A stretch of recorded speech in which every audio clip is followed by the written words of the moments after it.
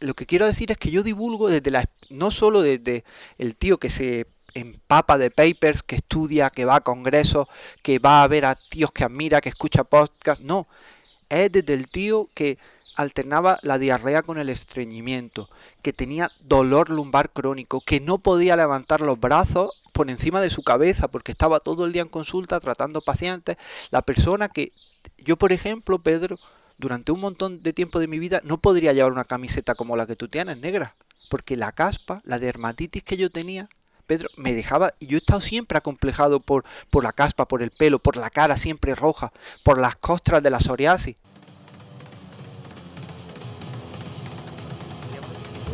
Gracias a ti he dormido.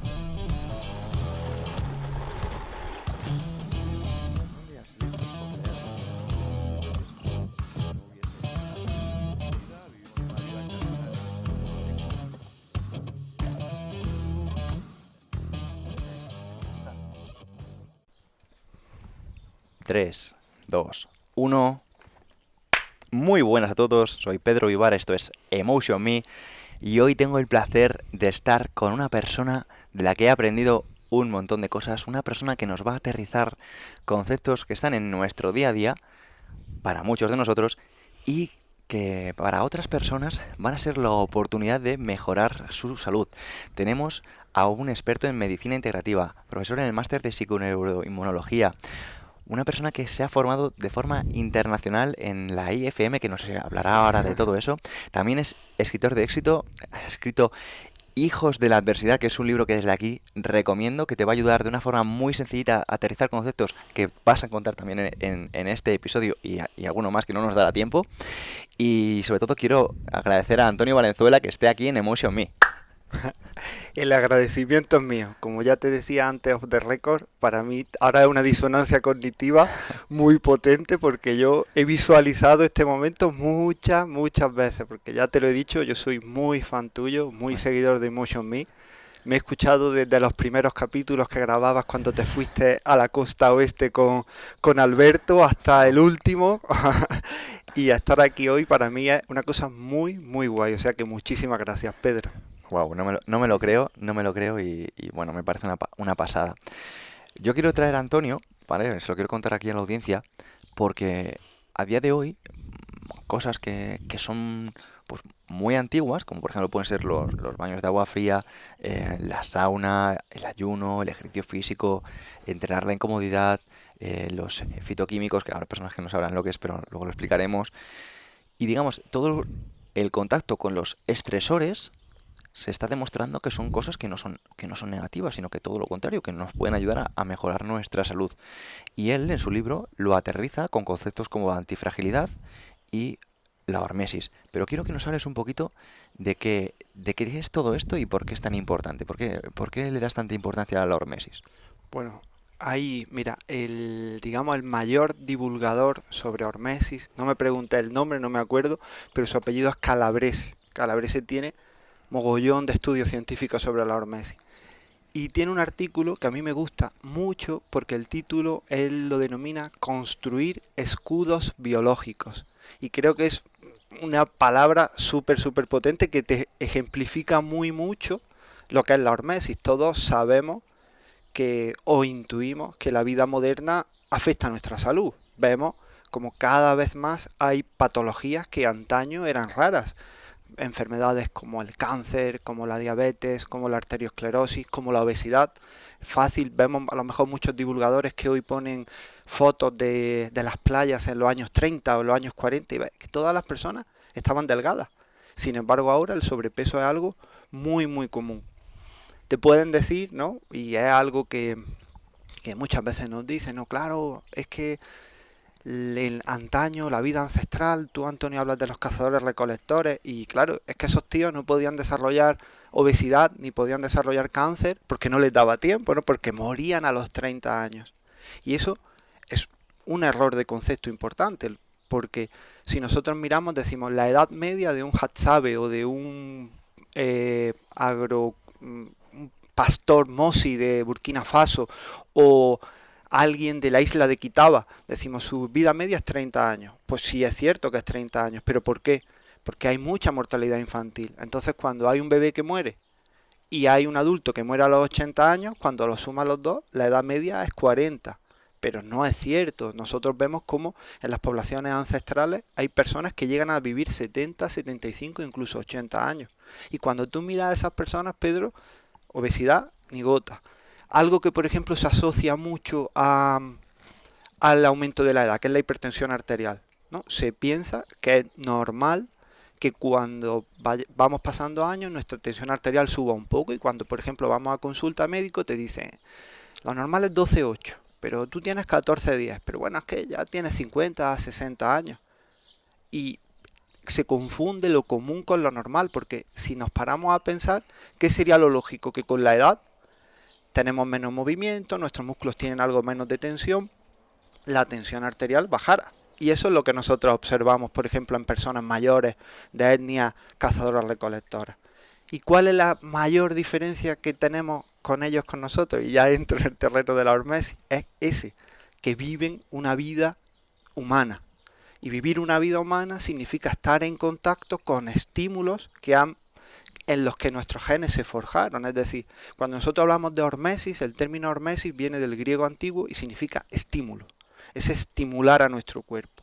Pero estimular a nuestro cuerpo con agentes que el cuerpo conoce. Es decir, nosotros, si miramos desde los primeros homínidos, nuestra especie tiene alrededor del 1.000.000 de años. Si miramos ya los digamos, Homo habilis, Homo erectus, unos 200.000 años. Nuestra genética, desde esos 200.000 años hasta ahora, es prácticamente la misma. Y en lo que verdaderamente importa, en los genes que codifican sueño, que codifican sistema inmune, que codifican respuesta antioxidante, todos esos genes son exactamente los mismos. Es decir, que somos cazadores recolectores en genética, pero viviendo una vida pues de casi futurista. Entonces, ¿qué ocurre? Que al estar desconectados de esos estímulos que teníamos, que después hablaremos seguro de ellos, de esos estímulos que teníamos antaño, nuestro cuerpo no tiene ningún, digamos, aliciente para generar respuestas de antifragilidad. Es decir, cuando nosotros nos sometemos a frío, a hambre, a sed, a calor, en nuestras células se activan unos genes que mira si tienen importancia, Jolín, que es que se llaman genes, es decir, genes de la longevidad.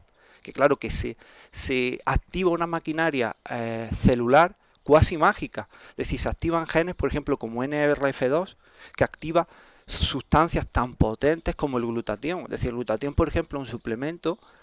Bueno, no es un suplemento, se puede tomar como suplemento, pero es una sustancia que en medicina integrativa casi todos los médicos en medicina integrativa para una otra historia te mandan glutatión liposomado, tal, una sustancia que vale una pasta.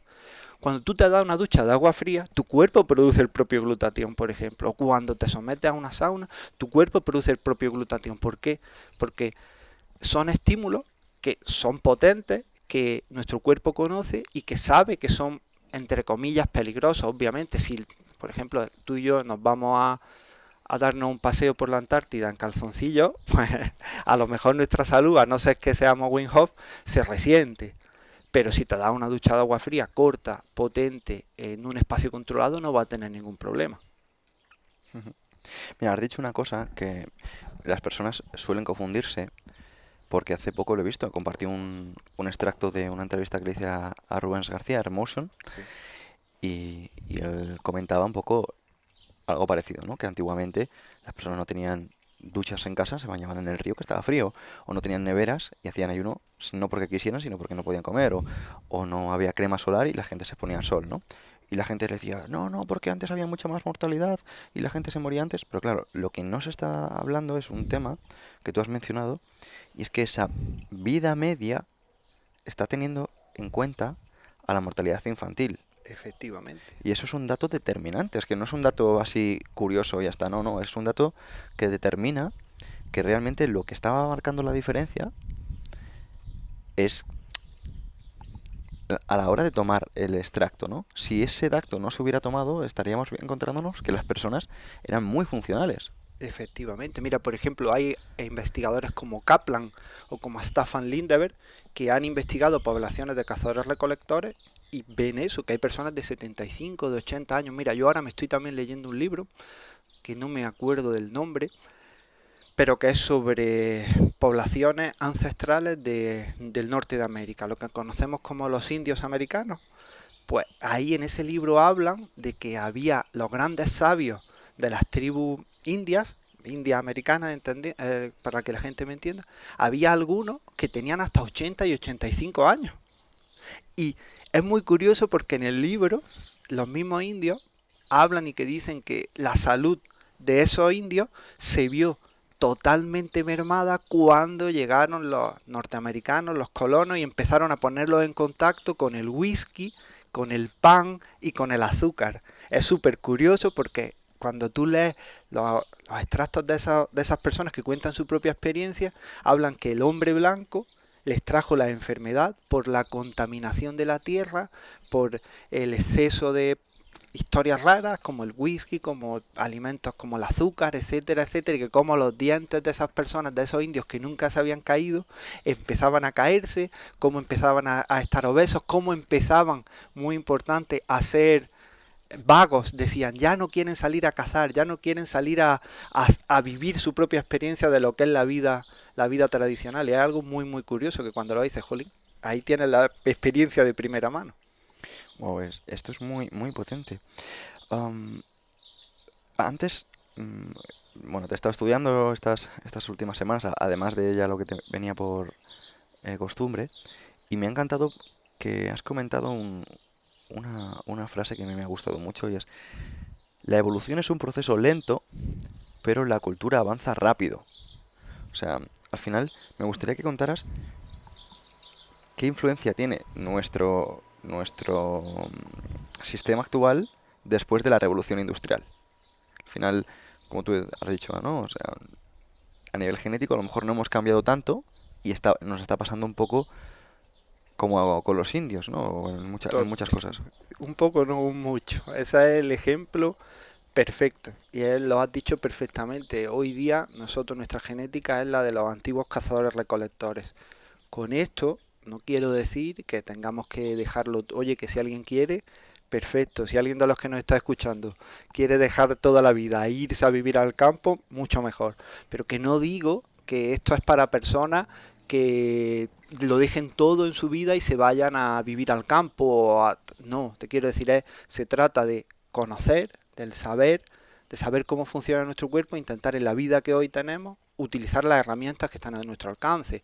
Y eso, en esencia, nosotros somos cazadores, recolectores, nuestra genética. Y lo que te decía, hemos estado en contacto con estímulos que siempre han estado con nosotros, para los cuales nuestro cuerpo respondía sobrecompensando. Es decir, es como cuando nosotros tenemos un musculito muy pequeño y cogemos una pesa que pesa, valga la redundancia, bastante. Entonces nosotros levantamos y oye, eso para el músculo no es agradable, pica, cuesta. Pero ¿qué hace el músculo? Que sobrecompensa y se fortalece. Pues exactamente igual hacemos cuando nos sometemos a los otros estímulos. ¿Qué ocurre? Que en la vida moderna nuestro cerebro siempre durante toda la historia de la evolución, bueno, es un gran egoísta. Es decir, nuestro cerebro lo único que le importa es que le llegue el alimento y estar cómodo. Ya está. Entonces, al cerebro le da exactamente igual que tenga arteriosclerosis, que tenga obesidad, mientras que a él le llegue el alimento y esté seguro, eso es lo único que va a querer. Entonces, ¿qué ocurre? Que tenemos la gran paradoja que nuestro cerebro supo que vivíamos en un medio muy hostil e intentó decir, oye, esto tenemos que hacerlo más fácil. ¿Cómo? Pues con la cultura, es decir, hemos evolucionado muchísimo, ¿por qué? Porque hemos sabido generar cultura, almacenarla y que cada vez compartirla entre otros Homo sapiens y generar algo mucho más grande entre todos. ¿Qué ocurre? Que no hemos pasado de madre, es decir, que hemos generado una vida demasiado cómoda, en todos los sentidos. Y vidas cómodas generan cuerpos frágiles, y en todos los sentidos. Hablando de alimentación, de ejercicio, pero a nivel también cognitivo, a nivel de principios, a nivel de todo. Total. De hecho, Seneca, por ejemplo, decía, el que siempre se protege del frío cuyos pies están constantemente calientes y sus habitaciones permanecen alejadas del viento, padecerán de la más mínima brisa, pues todos los excesos son malos, pero ninguno peor que el exceso de comodidad. Afecta al cerebro. Se vuelve nebulosa la distinción entre lo verdadero y lo falso. O sea, justo se me eriza la piel con Sí, estas cosas. O sea, estás hablando de que este tipo no tenía por ese entonces evidencia científica ni demás, pero él sabía precisamente todas estas cosas, ¿no? Y otros filósofos de la época decían de entrenar el alma y el cuerpo exponiéndonos al hambre, al frío, al sol, e incluso decían hasta los dolores duraderos, decía Musonio Rufo, ¿no? Que era el mentor de Epicteto. Y ahora estamos hablando que 2000 años casi después, estas personas, o sea, divulgadores como tú, nos están diciendo que precisamente esto es súper necesario, ¿no? Y dentro de esto súper necesario, a mí me gustaría ponerle un punto crítico y un punto aquí para que las personas que estén escuchando esto se hagan una idea, ¿no? O sea, esto no es masoquismo. O sea, queremos dejar súper claro que no es vale, que Antonio sea un tipo que le encante sufrir, sí, ni yo, ya. ¿vale? Por mucho que lo podáis pensar o que lo creáis, somos personas que nos encanta vivir, no, ya no bien, sino vivir muy bien y disfrutar cada vez más y prevenir un poco la enfermedad y prevenir el malestar, ¿no? Eso ya no sería nada estoico, sería Sí, más epicúreo, ¿no? Más desde evitar el dolor, ¿no? Y que estas herramientas que tú estás proponiendo a nivel de hormesis precisamente producen esta antifragilidad y que me gustaría que hablaras un poquito de ello, porque sé que es un concepto que sí, disfrutas mucho y me encantaría que contaras qué es esto de antifragilidad y cómo nos podemos beneficiar. perfecto. Voy a entrar ahí, después entraré en lo que has dicho del masoquismo y tal, porque ahí también quiero hablar un poquito de eso, pero nosotros distinguimos, podemos hacer una distinción entre diferentes tipos de, por decirlo de alguna forma, de fuerza, por decirlo. Entonces sabemos que algo puede ser débil, o frágil, mejor dicho, todos sabemos lo que es la fragilidad. Es decir, que no tiene nada que ver con que sea duro o sea blando. Un cristal es muy duro, pero es tremendamente frágil. Con un impacto, ¡pua!, se rompe. Después tenemos, digamos, otro nivel que sería lo robusto, la robustez. Pero lo robusto también con el tiempo se horada. Es decir, nosotros podemos mirar algo tan potente como una montaña que simplemente con el efecto del tiempo y algo como el viento y el agua termina por convertirse en una llanura. Y es algo, jolín, tremendamente robusto. Después, digamos, está otro nivel que en el que muchas personas creen que sería el culmen, que es la resiliencia. Y es cierto que la resiliencia es una virtud muy interesante. ¿Qué es la resiliencia? La resiliencia es como cuando nosotros cogemos, por ejemplo, una goma o una caña de bambú, la doblamos, es decir, le metemos un estímulo y al quitar el estímulo vuelve a su forma original. Pero imagínate que hubiese otra cosa superior a eso, que es que cuando nosotros le metemos el estímulo, no es que volviera a su forma original, sino que se convirtiera en algo más fuerte que anterior al estímulo. Jolín, eso sería la bomba, ¿no? ¿Qué nombre le ponemos a eso? Pues claro, no había nombre para ese término. Entonces, Nassim Taleb, el economista, filósofo, sabio, estoico, epicúreo, como lo queramos llamar, porque es un tío único, pues fue el que dijo, vamos a ponerle el término de antifragilidad. Entonces, la antifragilidad es algo que está inherente a todos los sistemas biológicos. Cuando un sistema biológico se estresa, se fortalece. Pero aquí es donde tenemos que entrar en algo que es muy importante. Cuando se estresa con estresores evolutivos, ¿vale? Eso es muy importante porque a mí me pasa que de vez en cuando tengo algún amigo que por chincharme un poco pues me dice, mira, me estoy fumando un cigarro, esto es hormético, ¿no, Antonio? Porque es algo malo que me va a fortalecer. No, quiero decir, los estresores antinaturales, por ejemplo la contaminación, el alcohol, el tabaco, eso nunca te va a fortalecer. ¿Por qué? Porque tu cuerpo no sabe responder ante ellos.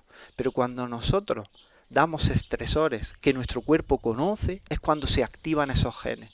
¿Y qué diferencia tenían esos estresores? Esos estresores evolutivos que son pues, el hambre, el frío, la sed, la amenaza física, un depredador, o alguien de otra tribu que venía a atacarte, pues primero que eran muy agudos y muy intensos. Es decir, nosotros, si estábamos, tú y yo estábamos caminando por el Serengeti y pasaban tiempo y no encontrábamos agua, o buscábamos el agua rápido, o sufriríamos. O si llevábamos días sin comer y no encontrábamos alimento, ya sabemos lo que ocurría. O mejor aún, si tú y yo íbamos andando y nos encontrábamos un león, sabíamos lo que podía pasar, era agudo, para bien o para mal se iba a solucionar pronto. Después eran fácilmente reconocibles, porque nosotros, si yo veo a un tío que viene con una hacha o con un palo en la mano corriendo detrás, hacia mí, yo no lo conozco, pero sé que esto muy bueno no es, ¿no? Y todos se solucionaban con movimiento. El hambre, el frío, la sed, teníamos que involucrar a nuestro cuerpo para solucionarlo. ¿Qué problema tenemos? Que hoy día esos peligros evolutivos los hemos cambiado por los peligros modernos, que son crónicos, es decir, ya las cosas no nos matan en el corto periodo de tiempo, pero nos matan en el largo periodo de tiempo. Son difícilmente conocibles. ¿Por qué? Porque nuestro cuerpo no sabe responder ante ellos. Nuestro cuerpo no entiende que si tú abres una carta, te pongas nervioso y sufras porque venga un recibo de una hipoteca. Tu cuerpo, tu cerebro no ve un papel, ve un trozo de papel y dice, ¿por qué carajo me pongo nervioso? Pero responde exactamente igual que si no viera, que si viera ese león en la sabana. ¿Qué ocurre? Que la respuesta ante esa carta biológica, ¿cuál sería? Pues salirte a la calle y hacer sentadillas o hacer flexiones o correr o gritar o saltar hasta que te quedaras tranquilo, calmado. ¿Cuál es el problema que tenemos? Y no lo digo, de que si a mí me ha pasado muchísimas veces, que ves ese sofocón y ¿qué haces? Vas a la nevera o vas al frigorífico o vas a la despensa, abres el cajón, coges el chocolate y te pones aquella serie que tanto te gusta porque te lo mereces por el problema que tienes. Pero ¿qué ocurre? Que claro, cuando a esos estímulos no respondemos como nuestro cuerpo espera, esas respuestas de antifragilidad no se dan y entonces orada nuestra salud. Creo que lo has explicado a la perfección. O sea, no estamos respondiendo de la forma que nuestro cuerpo espera a los estímulos que en otra época de la historia responderíamos de una forma física. Efectivamente. Y esto, claro, como has dicho, acaba ahora dando la salud. Em, Ahora me gustaría que comentaras por qué esto no es algo de fustigarse. Ah, eso. Y a mí me pasa, yo soy un gran escuchante de podcasts y escucho muchos podcasts, ¿no? Y pues, normalmente lo escucho cuando salgo, yo tengo 3 perritos y con 2 de ellos salgo a correr por la mañana, pues son 2 perros de cacería y les flipa correr, entonces me lo ato y salimos y corremos y voy escuchando podcasts. Y escucho algunos en los que se cachondean, ¿no? De las personas que se toman una ducha de agua fría y que dicen que es por algo, por ser más fuerte o por demostrar o por tal. Y no, te quiero decir, yo por ejemplo, joder, por ejemplo, a ti, tú para mí eres como ese ideal, yo te lo he dicho alguna vez, eres como ese ideal estoico al que aspira. Yo para mí está y digo, coño, Pedro Vivar, un tío fuerte, un tío que tal, yo tengo que mejorar cada día para ser como él. Pero yo siempre digo lo mismo a las personas que nos escuchan, y entiéndeme, yo sé que tú no estás en un pedestal para nada, eres un Para tío muy nada. humilde, pero para nosotros, digamos, para la gente que no está a tu nivel, te vemos desde un pedestal. Y yo siempre digo lo mismo, que yo no soy un divulgador de los de pedestal, es decir, de los de la tableta de abdominales, ni de los que pueden hacer una kettlebell con 50 kilos. Para nada, Pedro.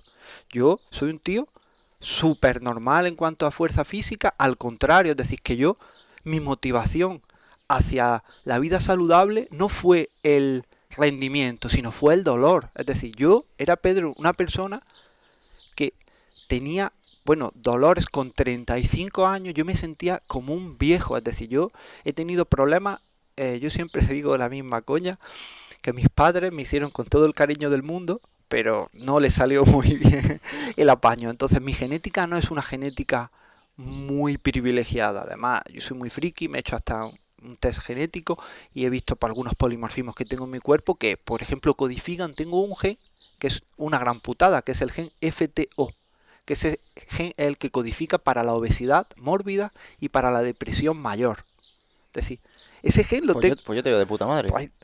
Pero eso es un pequeño hándicap. Bueno, muchas gracias, yo a ti sí que te veo de puta madre. Eso es un pequeño hándicap que tienes en la vida. Pero lo que quiero decir es que yo divulgo desde no solo desde el tío que se empapa de papers, que estudia, que va a congresos, que va a ver a tíos que admira, que escucha podcasts. No, es desde el tío que alternaba la diarrea con el estreñimiento, que tenía dolor lumbar crónico, que no podía levantar los brazos por encima de su cabeza porque estaba todo el día en consulta tratando pacientes.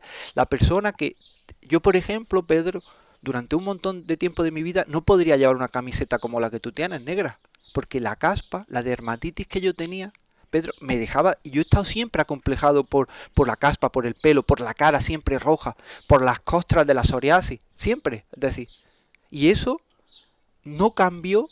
Mira, te voy a poner otro ejemplo y perdona que me vaya por los cerros de Úbeda. No, no, tío, es que esto es la realidad. Ahí está, Todos tenemos un montón de complejos de muchas ahí, cosas y unos son más físicos, otros son más emocionales, otros son ahí, relacionales, otros ahí, son de nuestra cartera y eso no sí, significa que yo no tenga, o sea, que decir que no estamos hablando, o sea, que agradezco que sí, seas tan honesto. ahí.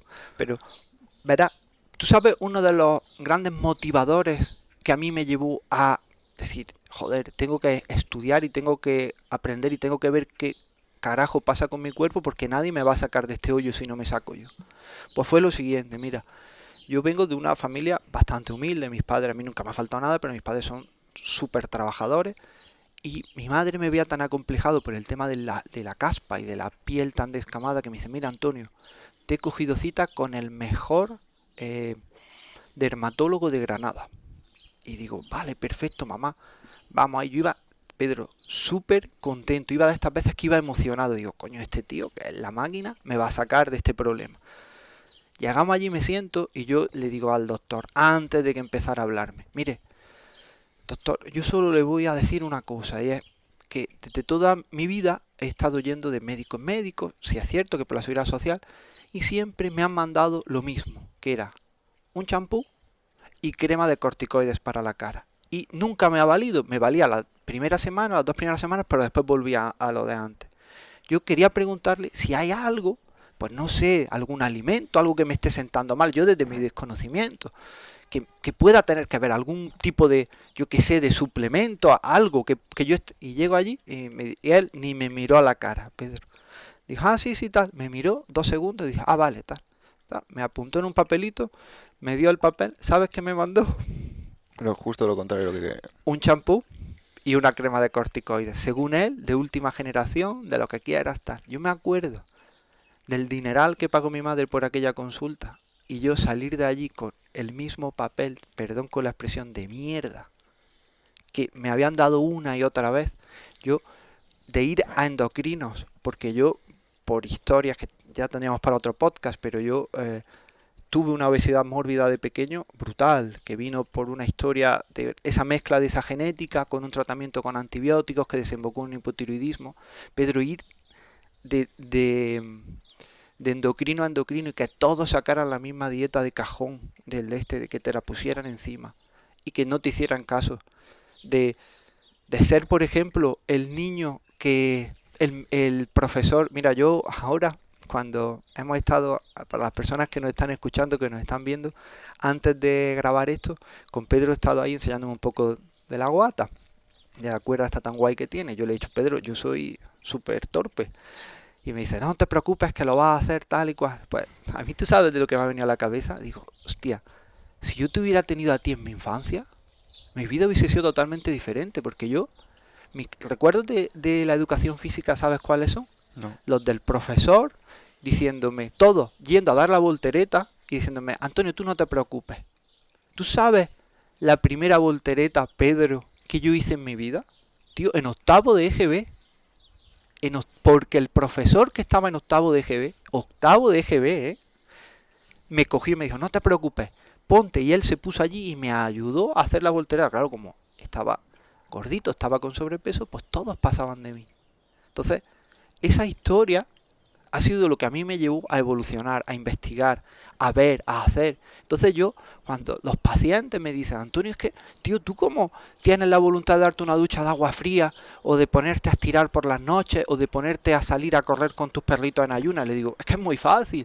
Mi voluntad es la siguiente y es que si no lo hago, Puedo estar bien una semana, 2 semanas, un mes, pero al mes y medio ya vuelvo al mismo Antonio de antes, ya vuelvo a tener la piel descamada, ya empiezo a tener molestias intestinales, ya empiezo a tener dolores en los hombros, en las rodillas. Es decir, si vuelvo a la misma vida de mierda que tenía antes, voy a tener el mismo cuerpo de mierda que tenía antes.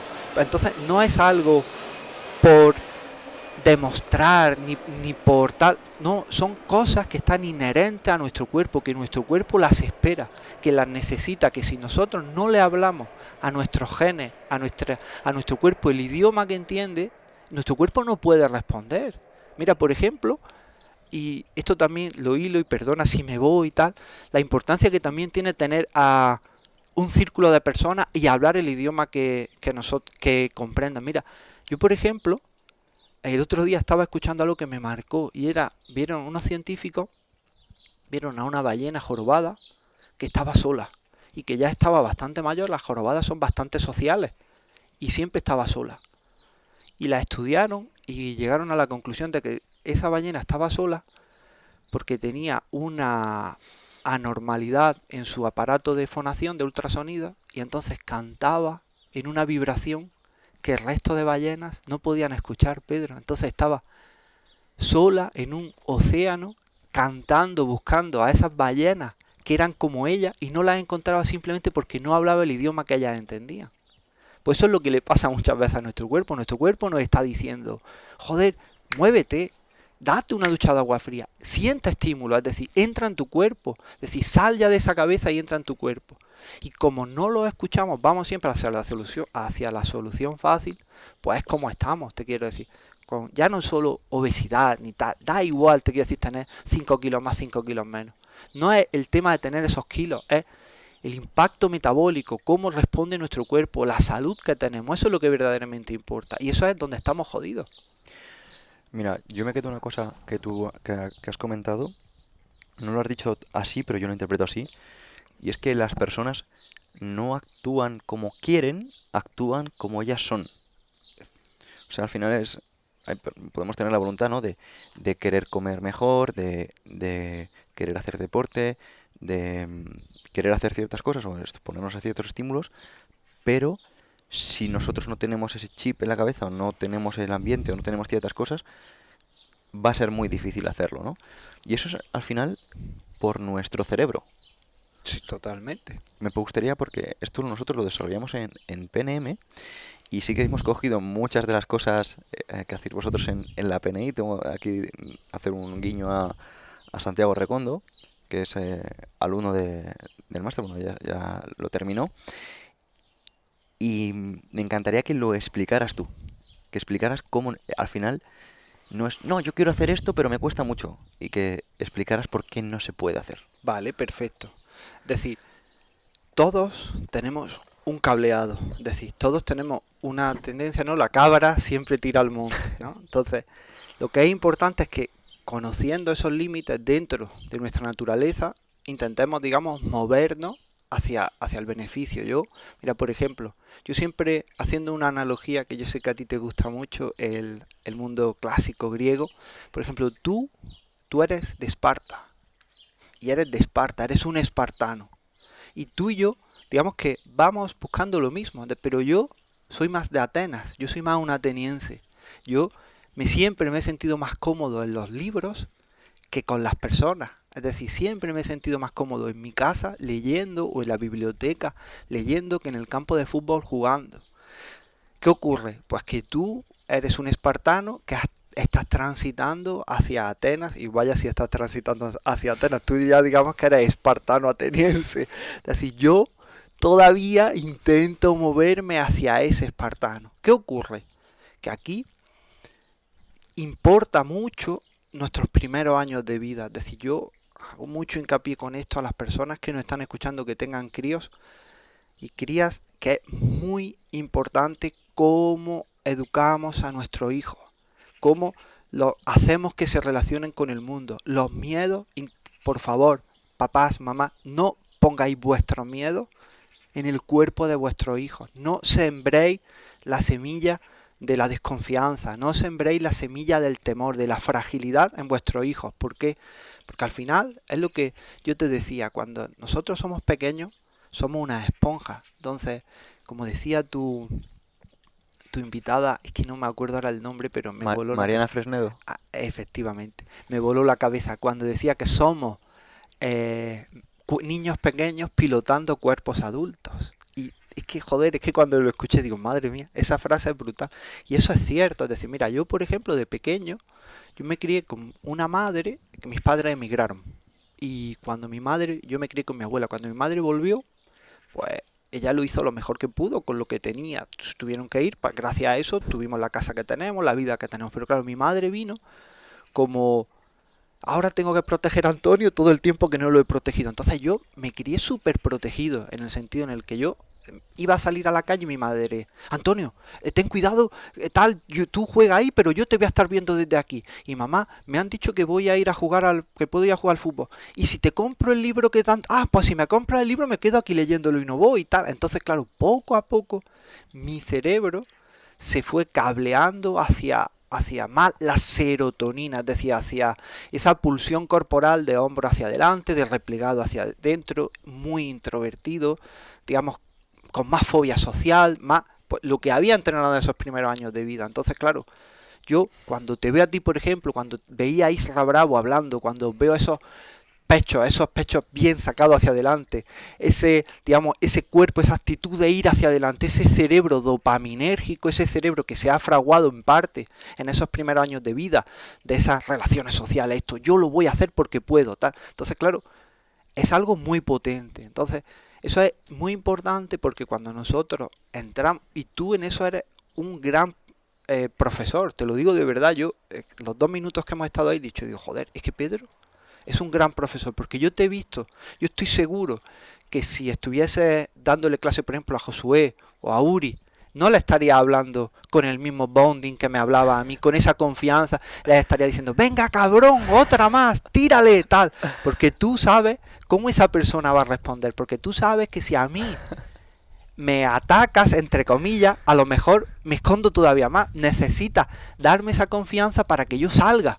Y eso es algo que es muy inherente en el ser humano y que es uno de los grandes problemas que tenemos. Y que ya me ha contado un pajarito por ahí que va a hablar de la educación y me parece brutal porque es muy importante no homogeneizar, ya no solo en la terapia, sino en la educación, porque no somos máquinas, no somos piezas de una cadena de montaje, somos seres humanos muy individuales. Y entrarle a cada uno desde su perspectiva es algo muy importante. Me alucina lo fino que hilas. Me alucina lo fino que hilas, de verdad que... em, y una cosa, tío, que te quiero decir. em, me encanta la facilidad con la que comunicas y aterrizas los conceptos. Y, y quiero romper una lanza por ti en el sentido de que tú eres muy antifrágil, macho.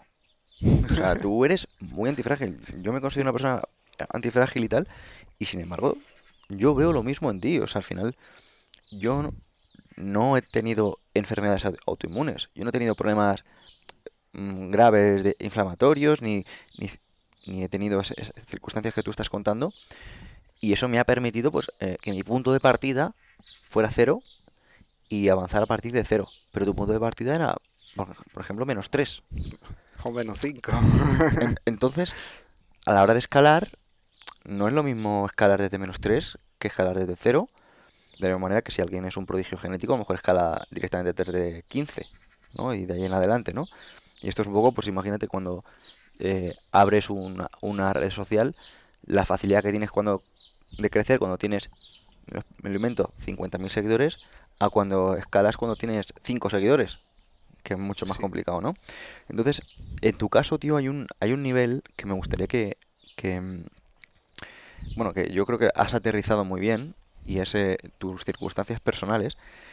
Y luego, a nivel de divulgación, yo tenía un guión, pero bueno, creo que ahora casa preguntarte por estas cosas, porque las personas lo van a entender de una forma como mucho más cercana, mucho más llana, porque digamos que lo has aterrizado de esta forma, ¿no?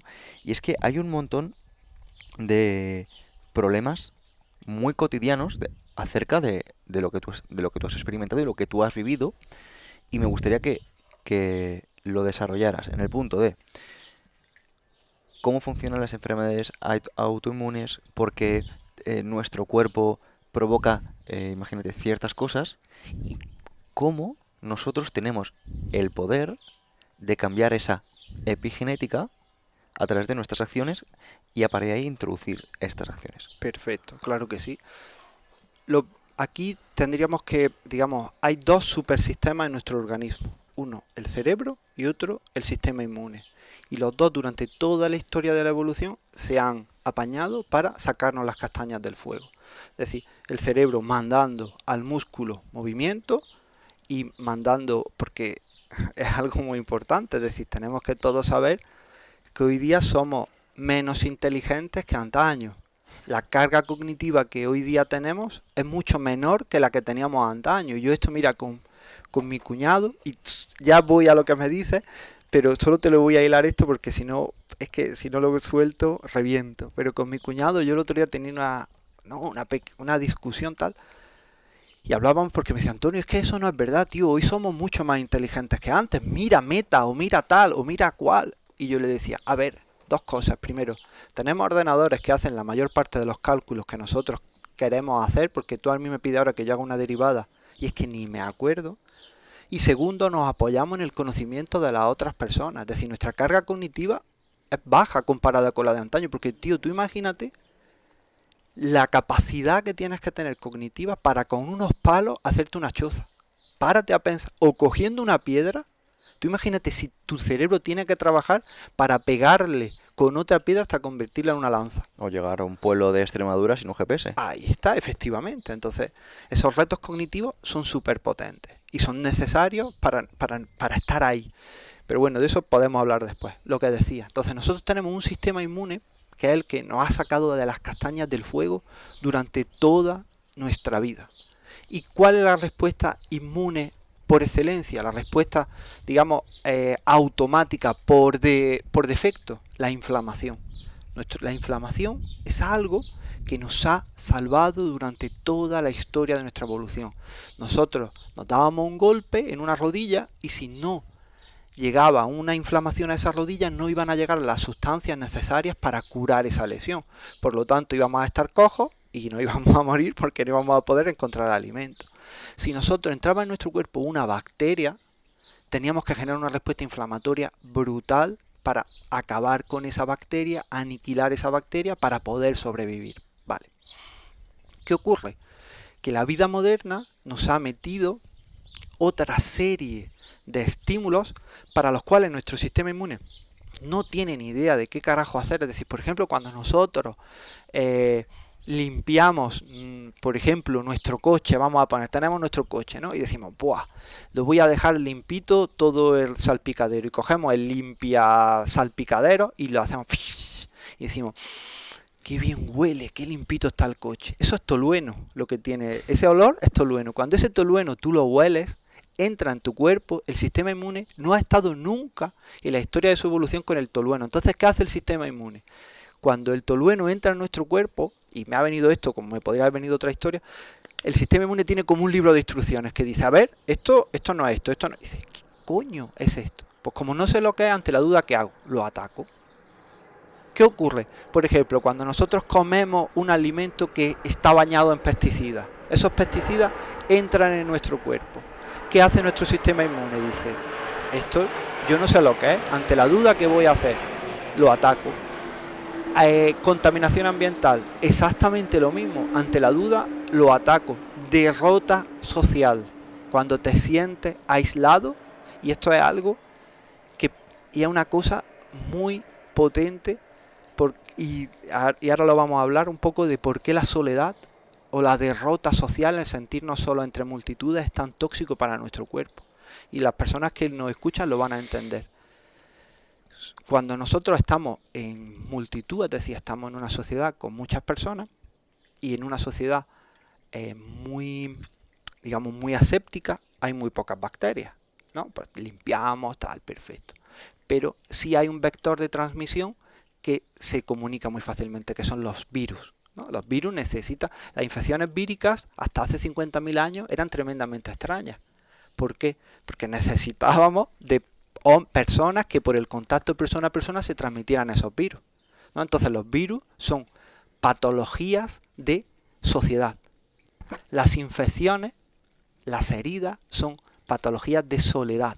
Entonces, si tú, Pedro, te sientes solo, pero estás rodeado de personas, da igual las personas que haya, tú te sientes solo. Tu sistema inmune se programa hacia la inflamación. ¿Qué ocurre? Que ahora entra un virus en tu cuerpo, tú estás programado para inflamar. La inflamación no es lo que quiere ese virus. El virus requiere otra respuesta inmunitaria totalmente diferente. ¿Qué ocurre? Que ese virus campa a sus anchas por tu cuerpo y tu cuerpo genera esa famosa, que en aquel virus que tuvimos, que si decimos nombres puede que bloqueen el tal, pero tenemos esa famosa tormenta citoquímica que se llevó a tanta gente por delante. No, con eso no quiero decir que solo se lo llevó porque se sentían solos, no, te quiero decir, porque vivimos en una vida moderna que es tremendamente proinflamatoria, Entonces, ¿qué ocurre? Que cuando tú a tu cuerpo le das un estímulo que tu cuerpo conoce, es decir, cuando por ejemplo tú coges tus pesas kettlebell y tiras con ellas fuerte, o haces flexiones, o te das una ducha de agua fría, esos son peligros que el sistema inmune conoce perfectamente. Entonces, ¿qué va a pasar? Que va a inflamar un poquito más, pero después va a generar la respuesta no antiinflamatoria, sino resolutoria de la inflamación. Es decir, nosotros, ¿por qué el ejercicio físico es antiinflamatorio? El ejercicio físico como tal no es antiinflamatorio, es decir, tú te pones a hacer flexiones en el suelo, yo te saco una analítica sanguínea y estás hasta arriba de moléculas, estás hasta arriba de moléculas inflamatorias. Pero ¿qué ocurre? Que unas horas después tu cuerpo ha generado la respuesta compensatoria beneficiosa. ¿Qué ocurre? Que cuando das estímulos que tu cuerpo no entiende, solo inflama y nunca resuelve. Pasa exactamente igual con el sistema nervioso. Cuando nosotros estamos estresados por estímulos que no tienen solución, nuestro cuerpo nunca puede hacer ese clic y cambiarse del estresado al desestresado, del simpático al parasimpático. Así es, y de hecho, tú, por ejemplo, en esto haces una distinción muy buena entre lo que es un estilo de vida cetogénico y lo que es una dieta cetogénica. Pero antes de preguntarte por eso, y como por ejemplo esto nos va a ayudar a la desinflamación y demás, te quiero preguntar, porque has dicho que a nivel cognitivo nuestros niveles pueden estar más bajos que los de generaciones pasadas, por un poco por no desarrollarlos. ¿Eso tiene relación con esto que se dice de que los niveles de testosterona y de masculinidad y el tema de la producción de espermatozoides y demás que haya en el siglo XXI en los hombres es inferior también a lo del siglo pasado? Muchísimo, claro que sí. Bueno, ahí podemos abrir muchos melones. Yo lo dejo pero en tus manos. ahí está, solo vamos a dar las pinceladas. Si quieres, después otro día me vengo, entrenamos y después hablamos de esto. Pero aquí podríamos hablar muchos melones. ¿Por qué? Porque también tenemos que ver que somos seres biológicos y conductuales. Es decir, por un lado, estamos expuestos, el hombre, bueno, y la mujer también. Vive en una sociedad en la que hay más estrógenos, muchísimos más estrógenos que antaño. Pero, ¿cuáles son esos estrógenos? Los xenoestrógenos. Estrógenos que son químicos, que están en plásticos, en pesticidas, en sustancias contaminantes, en los microplásticos que se vierten en el ambiente, toda la contaminación, sustancias químicas, las cremas que nos ponemos en la piel, muchas de esas cremas químicas llevan xenoestrógenos. La pasta de dientes que usamos para la boca que lleva triclosan, el triclosan funciona como un xenoestrógeno en nuestro cuerpo, que son sustancias químicas que emulan al estrógeno, pero no es exactamente igual. Entonces, claro, ¿qué ocurre en la mujer? En la mujer, ese aumento de estrógeno artificial, sintético, que genera reglas dolorosas, síndrome de ovario poliquístico, infertilidad, etcétera. Pero al hombre, ¿qué le genera? Pues efectivamente, ese xenoestrógeno ataca a la producción de testosterona, la testosterona cae. Después pasa también otra cosa, que es súper importante, y es que para generar testosterona necesitamos estímulos. Es decir, todos sabemos que los machos alfa de las poblaciones, ya no de poblaciones ancestrales, de un gorila, un macho alfa, tiene muchísima más testosterona que, que un gorila sumiso. ¿Por qué? Primero, porque el macho alfa tiene estímulos que le hacen ser así, su postura, su tal. Bueno, ahí voy ahora después a entrar.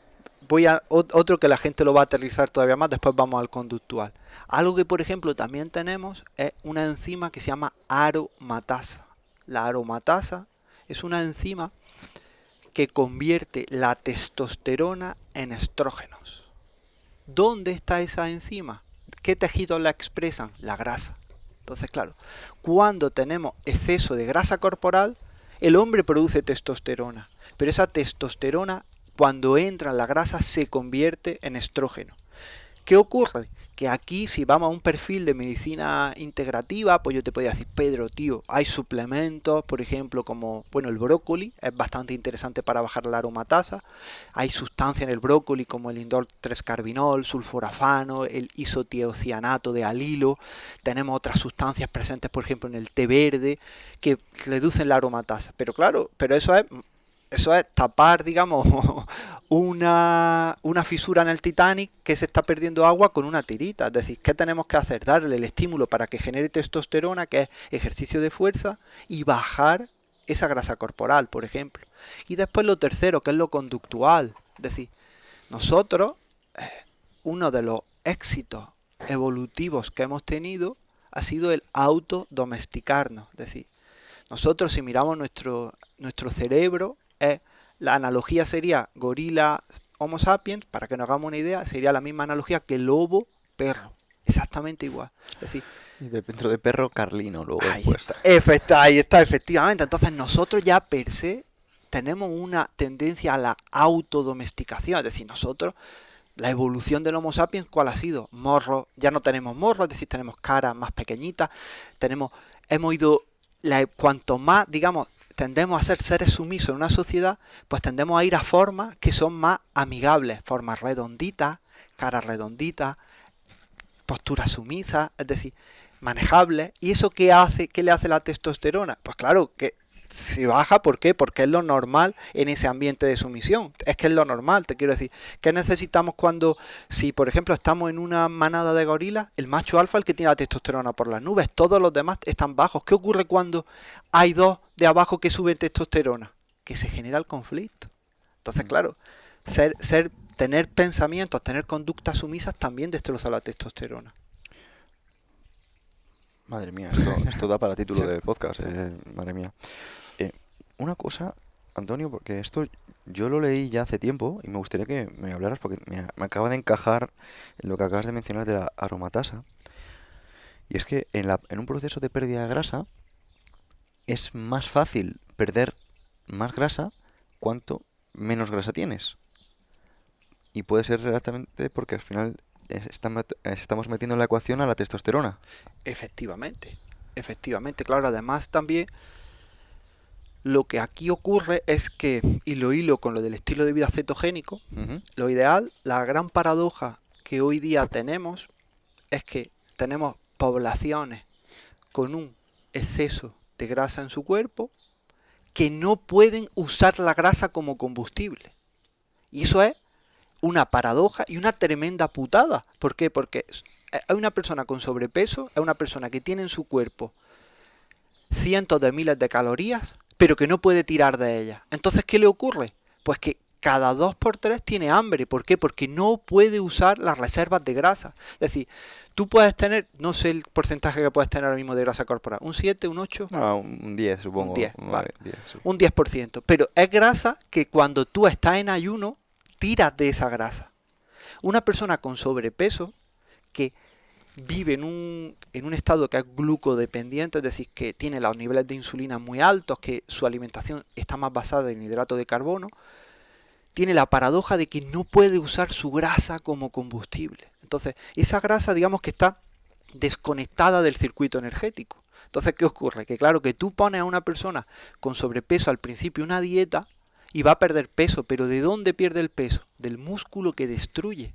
Porque al cuerpo le es más fácil romper músculo para convertirlo en el hígado en azúcar, perdón, en glucosa, para generar combustible que tirar de esa reserva de grasa. Por eso es tan importante el estímulo del ejercicio de fuerza en la pérdida de peso. No porque el ejercicio de fuerza haga que queme muchas calorías. Es uno de los grandes errores que tenemos. Muchas veces dicen, en la dieta lo único que sirve es la restricción calórica, el ejercicio es complementario. Eso no es del todo cierto. Es cierto que tú, marcándote un ejercicio físico súper intenso, puedes gastar 500 calorías, que después te comes un helado y ya la has cubierto. Eso es verdad, quiero decir. A nivel de calorías es más fácil quitarte el exceso de calorías que metes que quemarlas con el ejercicio.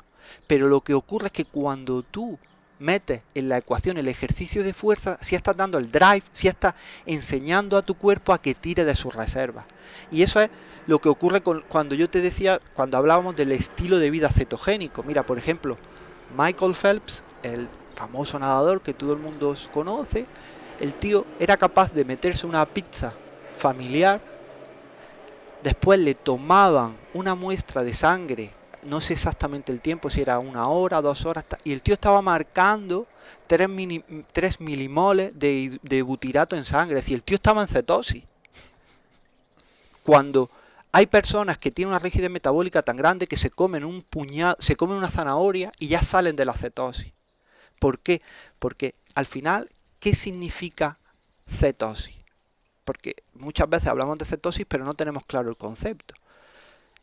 La cetosis es un estado metabólico en el cual nuestro cuerpo produce en el hígado un tipo de grasa especial que se llaman cuerpos cetónicos, que son una grasa muy especial porque es una grasa muy pequeñita. Tiene lo bueno de la glucosa y lo bueno de la grasa. Entonces, ¿qué ocurre? Que a ese estado de cetosis tú puedes llegar teniendo una dieta en la cual no ingiera hidratos de carbono, por supuesto. Pero también a ese estado de cetosis puedes llegar introduciendo estímulos que hagan que cuando el glucógeno está bajo, tu hígado tire de eso, es decir, moviéndote en ayunas, básicamente moviéndote en ayunas, haciendo ejercicio físico en ayunas, como decimos, teniendo periodos, es decir, dándole a tu cuerpo periodos en los que come y otros periodos en los que no come, es decir, eso, el famoso ayuno intermitente, que aquí podemos decir ayuno nocturno, ir a un perfil de no comer 6 veces al día, sino ir a un perfil de comer 3 veces al día, es decir, lo que necesitamos es que cuando nosotros comemos, las calorías que ingerimos vayan a la grasa y que cuando nosotros las necesitamos, tiremos de esas calorías de la grasa. ¿Cuál es el problema que tenemos? Que el perfil de las personas con problemas metabólicos es que comen lo que no queman en el momento que han comido se va a la grasa y que cuando necesitan moverse o cuando tienen que hacer algo de movimiento no pueden coger esa grasa. ¿Cuál es el impulso? Volver otra vez a comer para meter energía en el sistema. Eso tiene mucho que ver con la resistencia a la insulina. La resistencia a la insulina, digamos, es el mecanismo de acción estrella de eso. Es decir, no se comprende lo que estamos hablando sin una resistencia a la insulina. ¿Podrías explicar para el que sea novato cómo funciona esta resistencia a la insulina? O sea, cómo nosotros nos hacemos resistencia a la insulina y qué tipo de alimentación provocan estas cosas. Ok. De forma Vale. Muy fácil. Sí. Mira, ahora estoy viendo aquí, para la gente que no nos vea, a las espaldas de Pedro hay una barbacoa, ¿vale? Entonces, vamos a imaginarnos que ahora a Pedro lo llama Alberto de Macrowizard y le dice, hola Alberto, si nos estás viendo. Y le dice, Pedro, tío, que estoy por Madrid, que me voy a pasar por tu casa, que llevo unos chuletones. Ve preparando las ascuas para hacer los chuletones. Y dice Pedro, vale, venga, total. Paramos el podcast y Pedro y yo nos ponemos a preparar el fuego. Entonces, empezamos a hacer el fuego y Pedro me deja a mí, yo no soy un novato haciendo el fuego. ¿Y qué hago? Genero un montón de humo. Un montón de humo. ¿Y qué ocurre? Que Pedro llega y dice, madre mía, ¿cómo huele esto a humo, Antonio? ¿Qué has hecho? Total. Que decimos, a los 5 minutos, ¿qué nos pasa a ti y a mí? Que ya no olemos el humo. Es decir, ¿por qué? Porque al estar tanto tiempo en contacto con ese humo, nuestro cuerpo se ha hecho resistente a ese humo. Es decir, ya no lo percatamos. Ahora, ¿Qué ocurre? Que si Alberto llega y dice, jolín, ¿cómo huele al humo? ¿Por qué? Porque él no había estado en contacto con él y es muy sensible. Pues exactamente lo mismo ocurre con la insulina. Es decir, cuando nosotros tenemos la insulina, es la hormona que abre la puerta de la célula para que pueda entrar la glucosa. Entonces, ¿qué pasa? Que cuando nosotros tenemos una vida en la cual tenemos mucha insulina circulando por sangre, nuestra célula ya no la percata. Entonces, como no la percata, la célula no se abre la puerta, es decir, ya no se abre la puerta para que entre la glucosa. ¿Qué necesitamos ahí? Pues meter más insulina para que la célula se dé cuenta y dice, coño, ¿qué es que hay insulina? Para que se pueda abrir. Entonces, ¿qué ocurre? Que las personas que comen muchas veces al día, es decir, comemos 6 veces al día, que eso solo tiene un sentido y solo tiene un beneficio, y es para las empresas productoras de snacks. Es así, te quiero decir, comer 6 veces al día solo mejora a quien hace esas barritas, a quien hace esos zumitos y a quien hace esas comidas, porque no tiene ningún sentido evolutivo comer, que un Homo sapiens coma 6 veces al día. Y que en esas 6 comidas que hagamos, todas de ellas tengan que llevar hidrato de carbono por fuerza. Y ya no solo hidrato de carbono, sino hidrato de carbono rico en almidones, rico en azúcar. Entonces, claro, cuando una persona se levanta a las 6 de la mañana y lo primero que hace es que se toma un café con leche, con azúcar y una tostada, ahí ha metido hidrato de carbono. Cuando va al trabajo y a media mañana, a las 11, se toma el zumito o se toma, incluso vamos a poner una manzana, que una manzana está bien y la fruta es muy sana, Sí, pero bueno, sí, vamos a hablar de gente sana que cree que lo hace sano. ahí está. Se toma su manzana sin hambre, ¿vale? Se toma su manzana a las 11 sin tener hambre. Es decir, cuando hablo de hambre, es el estímulo en la barriga de sentir el hambre, no el estímulo en la cabeza de sentir el hambre. Yo, a los pacientes, cuando me dicen, Antonio, es que yo no sé si por la mañana tengo hambre o no, digo, si tú te levantas por la mañana y no eres capaz de comerte una morcilla o unos callos, no tienes hambre, lo que tienes es apetito. Porque a todo el mundo le apetece un croissant por la mañana. Entonces, pero la persona que se ha tomado su tostada, que se ha tomado a media mañana sin hambre, esa manzana, que llega a mediodía y come su plato de pasta, que llega a la tarde y a la tarde se toma su barrita de cereales, aunque después se vaya a entrenar, lo que quiera, y después llega por la noche a su casa a las 11 de la noche y cena. Entonces, claro, ¿qué ocurre? Que esa persona va a estar en contacto con la insulina. Si ha cenado a las 11, vamos a poner un par de horas más que esté la insulina elevada, 11, 12, 1. Sí, o incluso si va a hacer ejercicio y luego se toma un Aquarius. Ahí está, efectivamente, o peor aún, se lo toma antes, que eso es todavía peor, porque claro, si tú tomas para el 90% de las personas, el mejor preentreno que existe es nada, es decir, es beber agua y ya está. Te quiero decir, entrenar metiendo algo en la tripa solo tiene sentido para las personas que quieran ganar rendimiento deportivo, pero la inmensa mayoría de las personas que nos movemos por salud no necesitamos tomarnos un zumo, ni tomarnos unos dátiles, ni tomarnos un plátano antes del entrenamiento. Es decir, tiene más sentido quizá tomarlo después para reponer. Incluso en el 90% de las personas ni eso siquiera. Es decir, si tú por ejemplo te vas al gimnasio y haces tus 20 minutos de elíptica y haces tus sesiones de cardio, tus pesas, lo que quieras, es decir, no tiene sentido que después te tomes un tal si no hay hambre. Es decir, si hay hambre, vale, pero lo que tiene sentido es que cuando entre el hambre comas comida, ¿no? Como eso es, que no diferenciar hambre de apetito, ¿no? Efectivamente. Y eso es algo que también lo que ocurre es que las personas que tienen resistencia a la insulina tienen hambre constantemente. Es decir, ¿por qué? Porque al tener la insulina demasiado elevada, eso también altera todos los circuitos de hambre y saciedad en el cerebro. Pero tienen ese hambre, que no es ese hambre de dolor en la barriga, decir, jolín, es que ya la barriga tengo gusa, es decir, no tiene esa sensación de los movimientos en tus tripas que te están pidiendo alimento, no, lo que tienes es un hambre emocional de un cerebro que digamos, que su cableado se ha alterado y que es, digamos, entre comillas, adicto a la glucosa y te está pidiendo, oye, dame mi chute porque lo necesito. Entonces, claro, en esas personas que tienen resistencia a la insulina, tenemos que empezar a sensibilizarlos. ¿Y cómo? Pues ya no hay que hablar de ayuno intermitente, sino algo más fácil, decirle a esa persona, oye, cena un poquito más temprano y desayuna un poquito más tarde. Y ojo, aquí yo no estoy hablando, y mucho menos para una persona que pasa de cenar a las 11 de la noche y desayunar a las 7 de la mañana, pasar a hacer un ayuno intermitente de 16 horas de ayuno y solo 8 horas de alimentación, metabólicamente es una locura.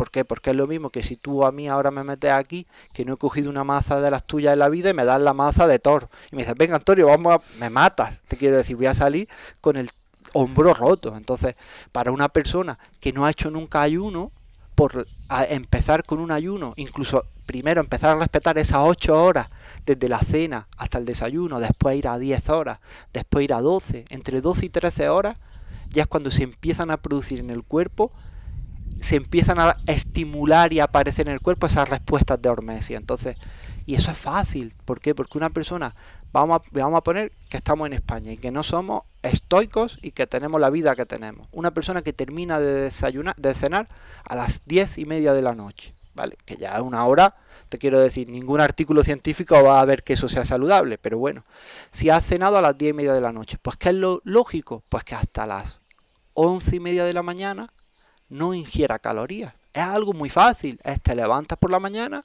y en vez de tomar ahí alimento, pues te tomas tu té verde, tu infusión, lo que quieras que no lleve calorías, porque un líquido con calorías no es un líquido, es una comida, y ya esperas y te preparas tu desayuno y te llevas tu desayuno, unos huevos revueltos, un huevo duro con unos frutos secos, lo que quieras para desayunar, y te lo desayunas a las 11 de la mañana. Y si puedes evitar en alguna comida del día la glucosa, es decir, en vez de desayunarte el típico café con leche con tostada, si te puedes desayunar un café solo, una infusión con unos huevos revueltos, o un par de huevos duros y unos frutos secos, por ejemplo, es decir, algo que lleve más proteína y más grasa, mucho mejor.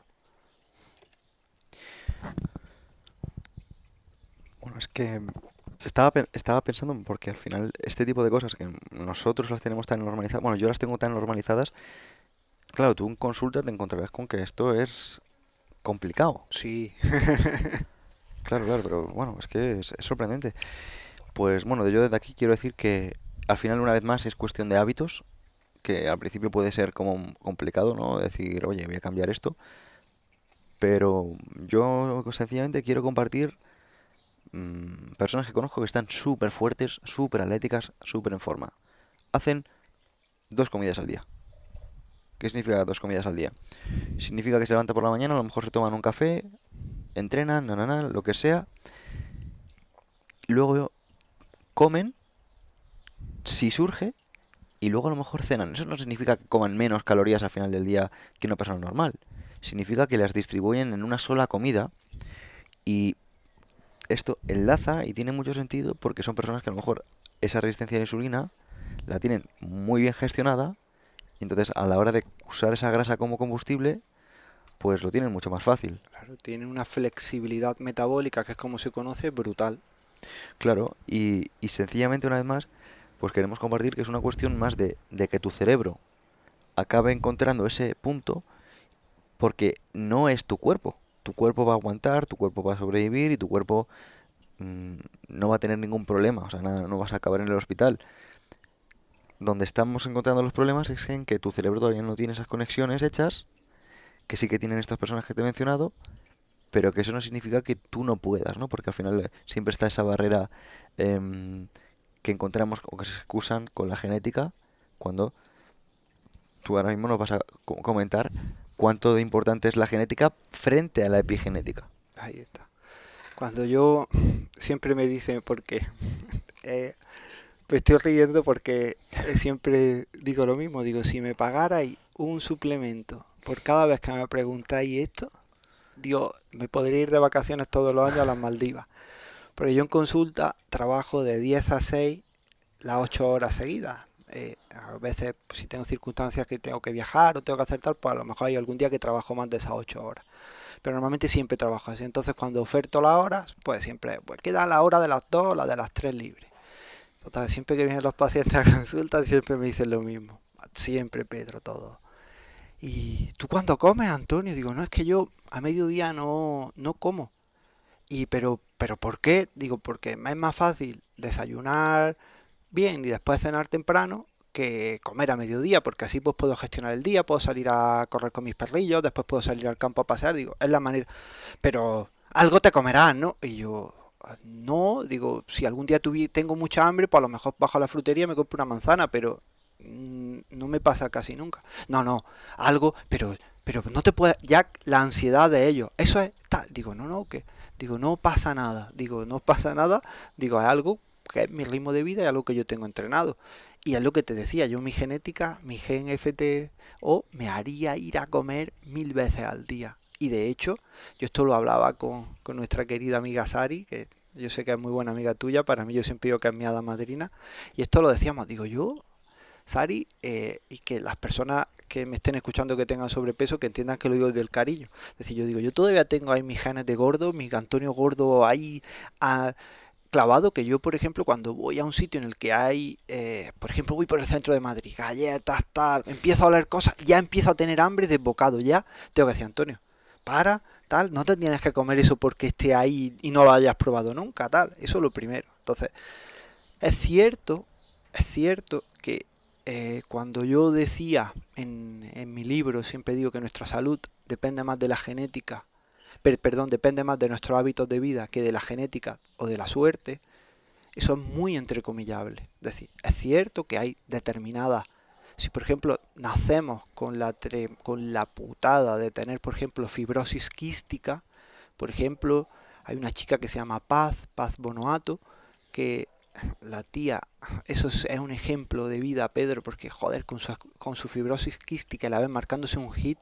Yo hace poco tuve historias de también historias pulmonares, que me pilló un constipado y se me cogió mal el pecho y me ahogaba cada 2 por 3 y decía, tuve una semana mal y yo pensaba siempre en Paz y yo decía, coño, ella que siempre tiene esa sensación y la ve hacer un hit, entonces, claro, eso es cierto que la genética ahí depende mucho. Y obviamente la suerte es fundamental en la vida.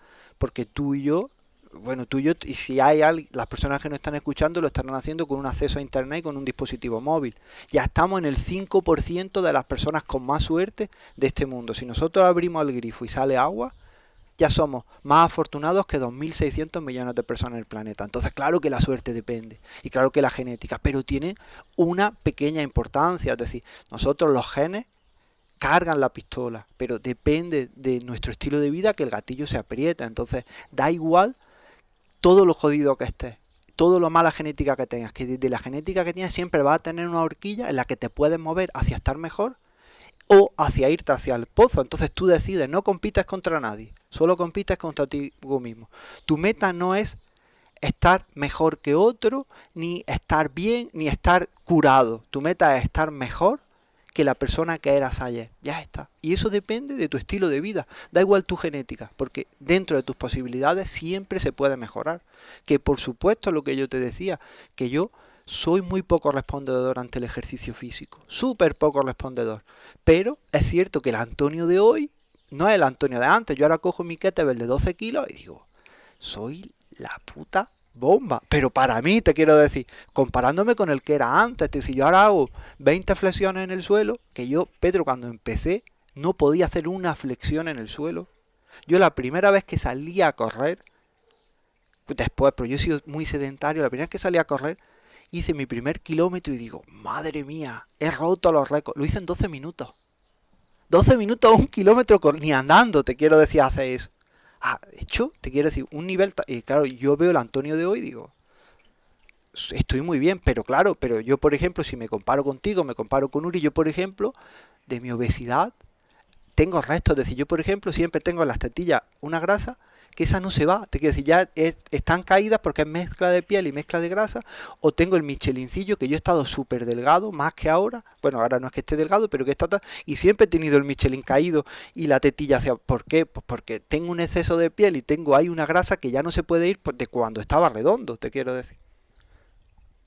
Bueno, y de aquí te quiero decir que no es que no se pueda ir, sino que es más difícil Sí, que se vaya, porque yo de aquí te digo que si tú mismo, porque al final, Antonio, tú eres una persona que dedicas muchísimo tiempo a la divulgación y a escuchar podcasts y a leer y demás, y eso es un montón de energía sí.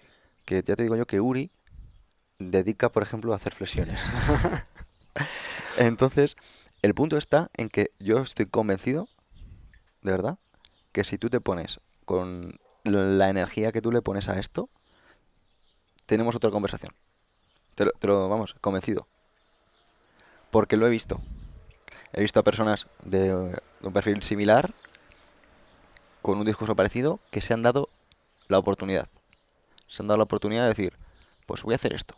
Y lo voy a hacer, a lo mejor empiezo con goma. Y lo mismo que tú me estás contando del kilómetro de las flexiones, pasan de flexiones a fondos en barra. Y pasan de fondos en barra a dominadas. Y pasan de dominadas a muscle up. Y de repente esas conexiones en el cerebro que se necesitan para hacer fondos con más fuerza, esas muscle ups, que también son conexiones en el cerebro, que no es tanto el cuerpo, acaban permitiendo que también que tu cuerpo, tu epigenética, cambie, digamos, la disposición de todo tu cuerpo.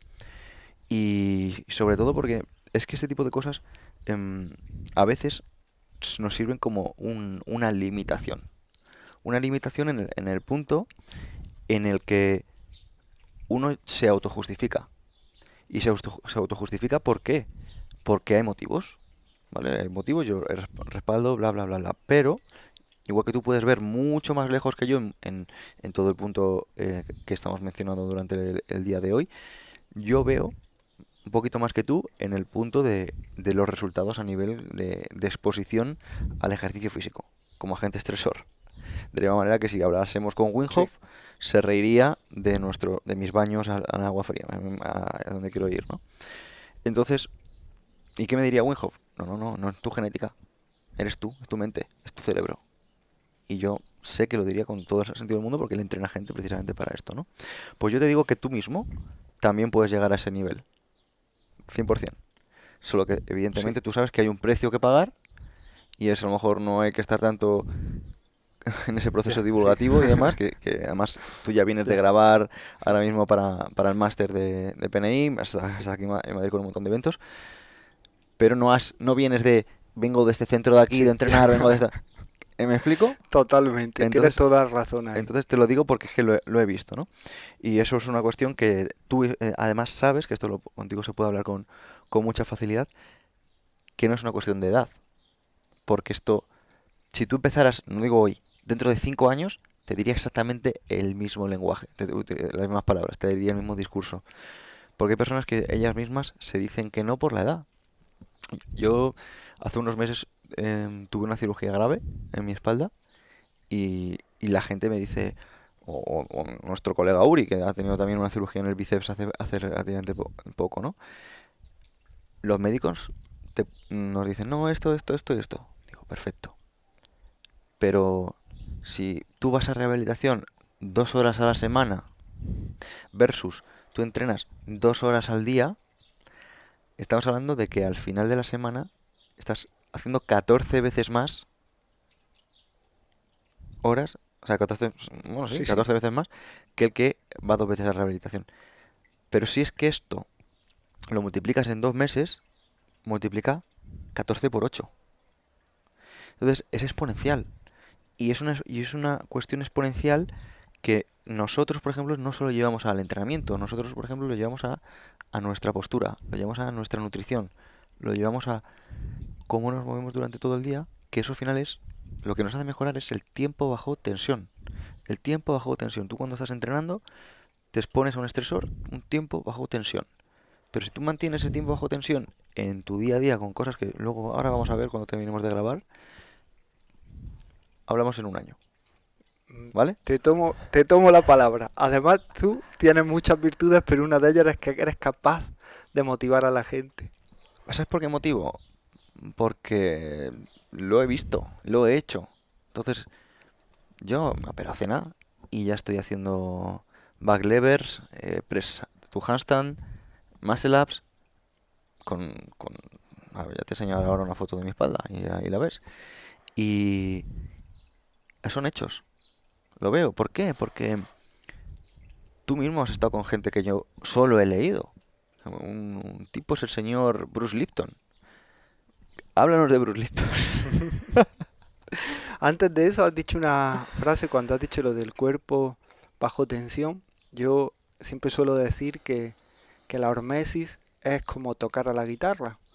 Si la tocas con estímulos variados y con la tensión adecuada, saca una melodía preciosa. Claro, si te pasas de tensión, al final terminas por romperla. Y cuando lo has dicho eso, me ha venido a la cabeza lo del tema de la hormesis y lo del tema de Bruce Lipton. A mí durante un periodo de mi vida tuve la suerte de que yo colaboré, bueno, todavía sigo colaborando con ellos, con un laboratorio de productos de medicina natural. Entonces, todos los años en Nueva York se celebra un congreso de medicina integrativa que es súper potente. Entonces, claro, ahí hay una feria de muestras de productos. Entonces, claro, a mí el laboratorio me mandaba para que yo fuera a la feria de productos y viera, pues por ejemplo, que la tal curcumina liposomada con tal sustancia. Entonces yo elaborar un informe de las nuevas tendencias en suplementación y tal para ellos. Pero claro, yo tenía el acceso al congreso. Entonces, claro, yo en el acceso al congreso, pues tuve la suerte de conocer a muchas personas, de asistir a las charlas. Y es curioso porque con Bruce Lipton se confirmó lo que yo esperaba de él, te quiero decir, porque yo Bruce Lipton lo había visto en el famoso documental de Netflix de Hill, no sé si lo has visto, No, pues he leído sus libros, ahí pero está, no. pues yo el primer acercamiento hacia él, después ya fue cuando fui a leer la biología de se llama así, ¿no? Sí, Biología de biología de la la creencia, creencia. ahí está. Y fue cuando, pero fue a raíz de un documental que yo vi en Netflix que se llama The Heal o The Healing, la sanación. Y claro, con Bruce Lipton se me fue así, decía, este señor tiene algo, no sabes qué es, pero algo que te transmite y que cuando entra en la sala la dominaba, es decir, la energía de ese ser dominaba la sala. Pero mira, con alguien que yo me cambió totalmente mi perspectiva de él fue con Deepak Chopra. Yo con Chopra, por la imagen y por mis prejuicios, siempre me había pensado que era como alguien también muy mercantilista, es decir, que había cogido la espiritualidad y había hecho de ella un gran negocio y que ya era más un producto que no una verdad. Y yo entré a su conferencia con mis prejuicios, prejuicios que me tragué con patatas al segundo de estar sentado allí, porque mira, yo estaba sentado y yo no estaba mirando a que Deepak Chopra salía por la sala, pero sentí como tal y decir, mira, y ya estaba él allí, y es otro ser que no sabes qué es, pero tiene ese magnetismo, eso que genera algo, una cohesión en el ambiente, que es capaz de que durante todo el tiempo en el que estás hablando tú, estás como eso, se genera ahí como ese bucle espacio-temporal, no sé, son personas que transmiten desde esa energía, ¿no? Es difícil de explicar, no te lo sé dar coherencia ni darte un discurso, No, pero te entiendo, no hace falta que me expliques. Yo sé que es complicado para las personas que son muy terrenales o que son muy racionales y necesitan una explicación biológica, ¿no? De rutas metabólicas en su cabeza, tra- aterrizar estos conceptos, pero yo sí que he experimentado esas cosas y siento perfectamente lo que dices, porque lo he sentido hasta sí, leyendo sus libros. O sea que, efectivamente. pues ya me he perdido el hilo, Sí, perdóname. nada. Habíamos hablado de Deepak Chopra, de Bruce Lipton. Antes tú me habías lanzado el reto de que me tengo que fortalecer porque yo había puesto ahí mi excusa de rata de biblioteca de... de- Justificado, o sea que Sí, al sí, final sí, sí, somos muy buenos en lo que hacemos. sí, Hay gente que es muy buena a nivel divulgativo, otros son muy buenos a nivel entrenando y hay gente que es muy buena estando en el sofá viendo la tele. Lo que debemos de ver es si somos coherentes con nuestros objetivos. A lo mejor el que está siendo deportista es coherente, a lo mejor el que está divulgando es coherente y a lo mejor el que está viendo la tele en el sofá también está siendo coherente. El problema es cuando el que quiere estar en el sofá quiere estar muy en forma o el que quiere y el que hace mucho deporte a lo mejor quiere tiempo libre o tiempo de, perdona, sí, sí. de descanso y no lo está haciendo, ¿no? Vale, para ir terminando, ¿vale? Porque quiero ser Sí, respetuoso sí. con tu tiempo, que sé que te Nada, vas a ir a, nada. a Toledo ahora. Sí. Cositas que tengo apuntadas que te quiero preguntar. Quiero que me hables, por favor, de cómo nos benefician los agentes estresores. Y te voy a poner algunos y luego tú me los hilas, como tú Vale. consideres. Por ejemplo, los baños de agua fría. ¿Por qué nos pueden beneficiar? Baños de agua fría, todos tienen muchas respuestas, ¿no? Vamos a poner, todos van a activar esa respuesta de NRF2, mecanismos de escudos biológicos y tal, vale, perfecto. Pero los baños de agua fría, te voy a poner dos de los ejemplos que digamos que lo hacen diferente a los otros. Uno de ellos es que cuando nosotros el agua fría toca nuestra piel, sobre todo nuestra cabeza y nuestra espalda, se van a activar en nuestro cerebro dos sustancias muy potentes, la noradrenalina y la dopamina, las dos juntas. Y cuando la noradrenalina y la dopamina se juntan las dos, ¿qué generan? Generan euforia, activación y son dos neuroquímicos, neurotransmisores que son antagonistas de la depresión. Es decir, cuando tú te metes debajo de una ducha de agua fría, vas a sentir euforia sí o también. Depende también mucho de los prejuicios con los que tú entras en el agua, porque yo siempre digo lo mismo. Si yo te pongo el ejemplo de tienes en tu cerebro, el corazón se te dispara a 200 por hora y tienes ansiedad, tienes todas las respuestas típicas de ansiedad, puede ser porque estés sufriendo un ataque de ansiedad, pero también puede ser que estés montado en una montaña rusa. La historia es como tú llegas a cada una, es decir, la historia mental que tú te cuentas, es decir, al final una montaña rusa hace lo mismo que un ataque de ansiedad. Entonces, si tú te metes en la ducha de agua fría, no desde el temor, sino desde el esto me va a venir bien, pues claro, genera esa descarga. Y después lo siguiente es que estimulan a las mitocondrias de nuestro cuerpo, que las mitocondrias son unos seres maravillosos, digo seres porque son unas bacterias que se incorporaron en nuestra célula y gracias a ellas producimos energía. Cuando damos ese estímulo de agua fría, nuestras mitocondrias se hiperactivan y al hiperactivarse producen más energía, lo cual nos viene mejor para activar nuestro metabolismo, pero también todo lo que es dar energía. Vale. Tremendo. Tremendo, muchísimas gracias. Vale. Otro punto, la sauna. Vale. Otros dos de sauna que para que sean diferentes. Nosotros, nuestras células pueden expresar unas sustancias, unas proteínas que son increíbles, que se llaman las proteínas de choque térmico, HSP, Head Shock Proteins. Esas son unas moléculas que protegen las proteínas de la célula. Son verdaderos escudos biológicos, como su mismo nombre indica, head shock, es decir, necesitan un golpe de calor. Entonces, claro, cuando nosotros nos sometemos a una sauna, a un calor controlado pero muy elevado, estimulamos la producción de esas proteínas de choque térmico. Eso por un lado. Iba a decir dos, pero te voy a dar tres beneficios de la sauna. Otro de ellos es que ¿qué nos pasa cuando entramos en una sauna? Si hay alguien que haya entrado, ¿qué le pasa a tu corazón y qué le pasa a tus pulmones cuando entra a una sauna? Como que se te hinchan, ¿no? Empieza a hiperventilar, ¿no? Y Sí. el corazón se te empieza a acelerar. ¿Por qué? Porque el cuerpo quiere mandar toda la sangre del centro a la periferia para evaporar y para generar calor. Eso es un entrenamiento aeróbico, es decir, la sauna es un mimético del ejercicio físico aeróbico, es decir, estar en una sauna entrena tu corazón y tus pulmones a un nivel parecido al que lo hace el salir a trotar, o el salir a correr, o el salir a caminar. Entonces, algo muy interesante. Y después, la sauna estimula en nuestro organismo dos proteínas, dos hormonas, la hormona del crecimiento humano y la testosterona. Que la testosterona es súper importante en el hombre, pero también es tremendamente importante en la mujer. Pues me has convencido, me voy a comprar una sauna. No, me has convencido, sí. El ayuno. Vale. El ayuno. Ok.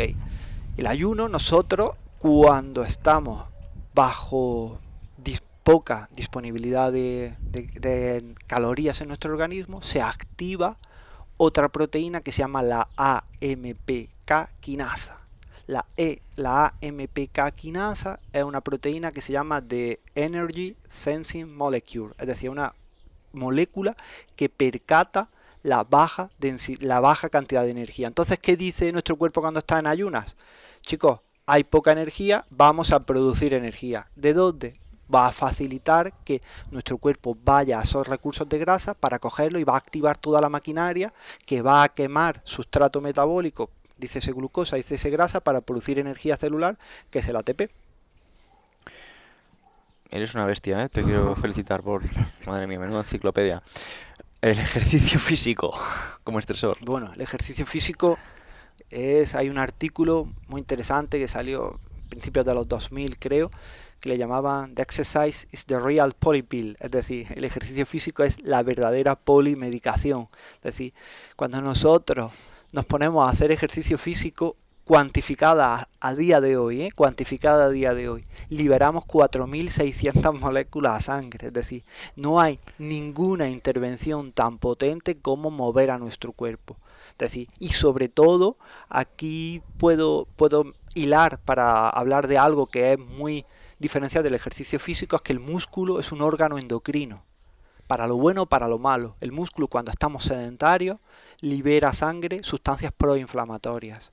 Y de esto hay una investigadora que se llama la doctora, del nombre no me acuerdo, pero su apellido es Pedersen, y Pedersen es brutal. Es una investigadora, creo que es danesa, que tiene un montón de artículos sobre esto, y ella tiene un artículo que se llama The Exercise is the Real Medicine, es decir, medicina, o The Exercise is Medicine, porque cuando nosotros contraemos nuestro músculo, vierte una serie de sustancias que se llaman mioquinas, que son mensajeros moleculares. Por ejemplo, la irisina, la famosa irisina, es una molécula que ahora mismo se está investigando la irisina para mejorar, por ejemplo, la enfermedad de Alzheimer, para que te haga una idea. Entonces, cuando nosotros contraemos el músculo, liberamos a sangre mioquinas, que son, pues eso, la medicina más absoluta.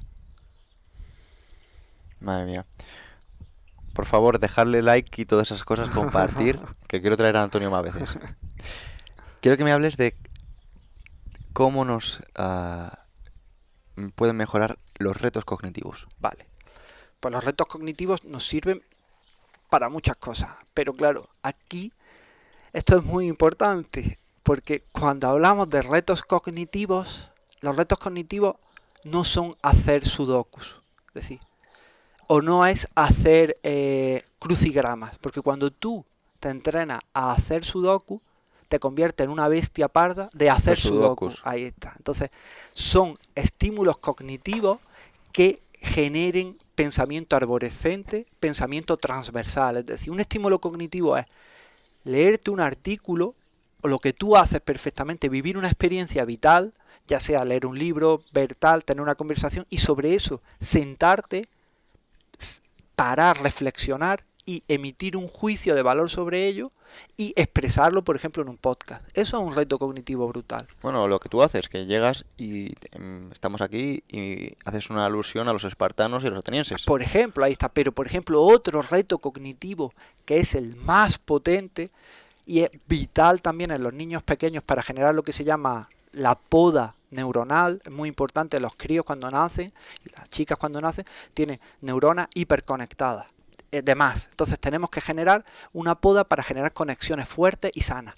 La mejor manera de generar esa neuroconectividad es salir a la naturaleza y exponerte a los retos de la naturaleza. Digamos, los ejercicios de coordinación, el saber dónde está, localizarte, el decir, vamos a ir de este punto a este punto utilizando solo las señales, decir, vamos, las señales de la naturaleza, orientarnos, decir, por ejemplo, no usar el GPS, perdernos, ir a Madrid, irte a una calle que no conoces pero que intuyes, decir, yo desde aquí creo que sé ir hasta donde voy a saber, hasta donde tal, ir de una parte a otra, es decir, cosas que generen ese pensamiento transversal. Eso es lo que verdaderamente enriquece a nuestro cerebro y lo que hace un cerebro más flexible.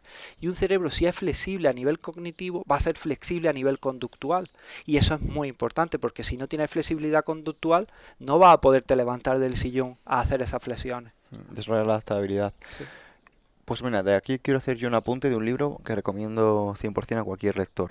Se llama Amplitude, Range en inglés, de David Epstein. Y es un libro que es fantástico, que te va a ayudar a entender cómo la lateralidad, el pensamiento transversal, es al final lo que acaba generando el éxito en las personas. Y te ponen distintos ejemplos, te ponen el ejemplo de Tiger Woods, que es el ejemplo de poner a un niño, desde que es un niño, hacer solo una cosa, y al contrario a Roger Federer, ¿no? Roger Federer estuvo haciendo badminton, deportes de contacto, estuvo jugando a fútbol, estuvo jugando a distintos deportes, muy poco, porque su madre, que era profesora de tenis, no quería que jugara al tenis. Y después de haber practicado un montón de deportes, cuando ya tenía 14 años, empezó a competir en tenis y ya fue como, al final, este enfoque de tener tanta perspectiva de deportes te vuelve tan bueno en el movimiento y ha generado unas conexiones en tu cerebro sobresalientes que te coges una raqueta o te coges el deporte que sea y lo dominas. Y te lo lleva también se lo lleva al mundo de las artes, se lo lleva a Steve Jobs con Apple, se lo lleva a un montón de cosas. Bueno, muy interesante. O sea, desde aquí lo recomiendo. Genial. Y pues, para seguir un poco con el hilo, los fitoquímicos. ¿Cómo los fitoquímicos nos pueden mejorar? Vale.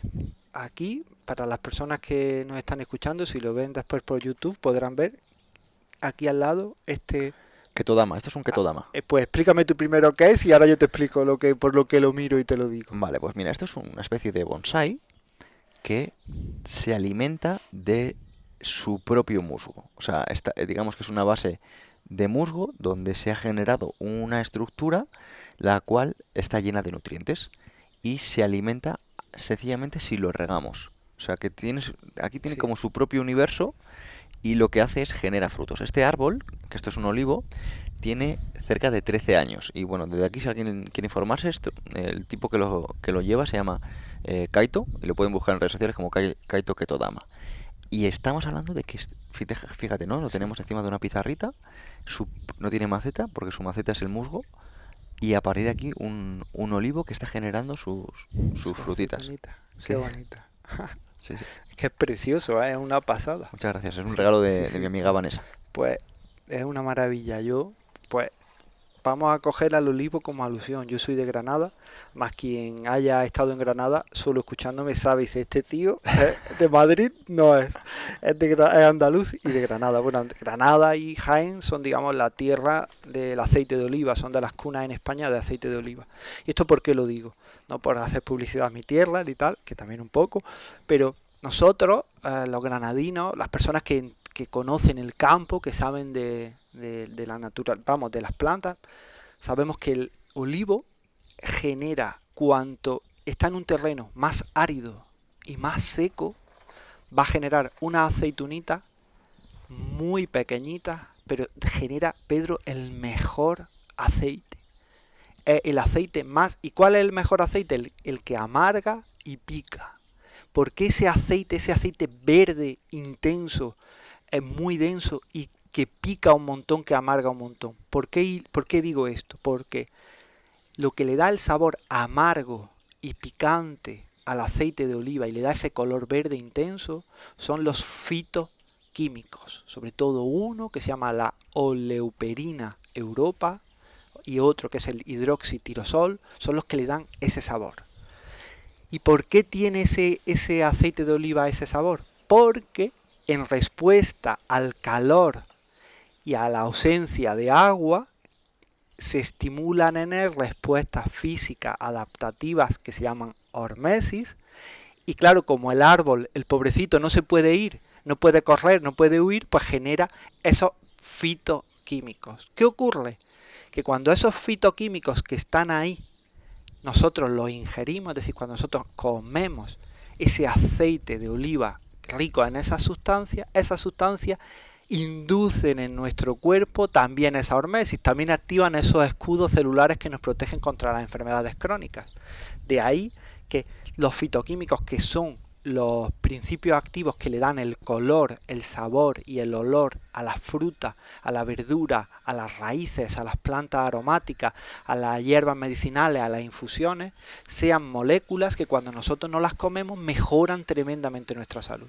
Y lo mejor que tienen los fitoquímicos es que cada uno hace algo maravilloso. Entonces de ahí que siempre desde la literatura anglosajona se diga lo de eat the rainbow, cómete el arco iris. Es decir, si nosotros hacemos una alimentación muy variada en fitoquímicos, es decir, si comemos alimentos de color rojo, de color morado, de color verde, de color tal, al final estamos induciendo en nuestro cuerpo esas pequeñas, sumándolos todos vamos a activar en nuestro cuerpo esas respuestas adaptativas.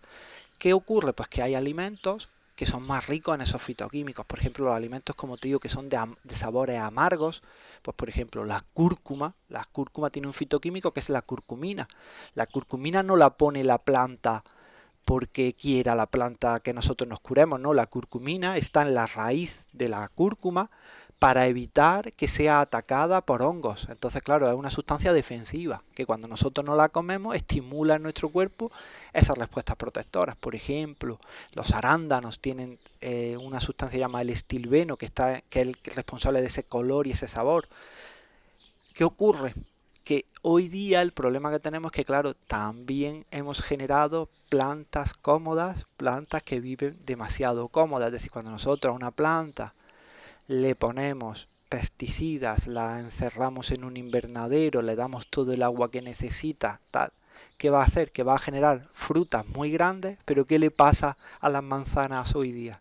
Son muy grandes, pero saben muy poco. Por ejemplo, y perdona que me extienda aquí tanto, pero hay un investigador que se llama Tim Spector, que él se fue a vivir con los Hadza de Tanzania 3 días. Bueno, y su cuerpo cambió a nivel de microbiota, a nivel de bioquímica brutal por llevar la vida de un cazador-recolector 3 días.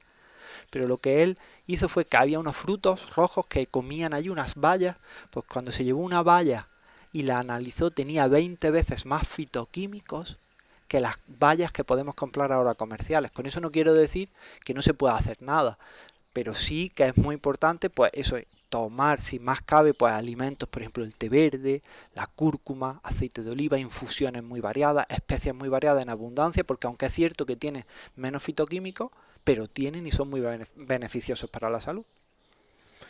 Sorprendente. Pues para terminar, mira, esto sobre todo yo creo que es para los papis. ¿Y cuánto nos puede afectar la suciedad natural? Por ejemplo, el andar descalzo por la calle, porque yo soy un tipo que por las mañanas me doy paseos y me lo doy descalzo. Sí. Y me encuentro con los vecinos y me dicen, pero muchacho, que no sé qué.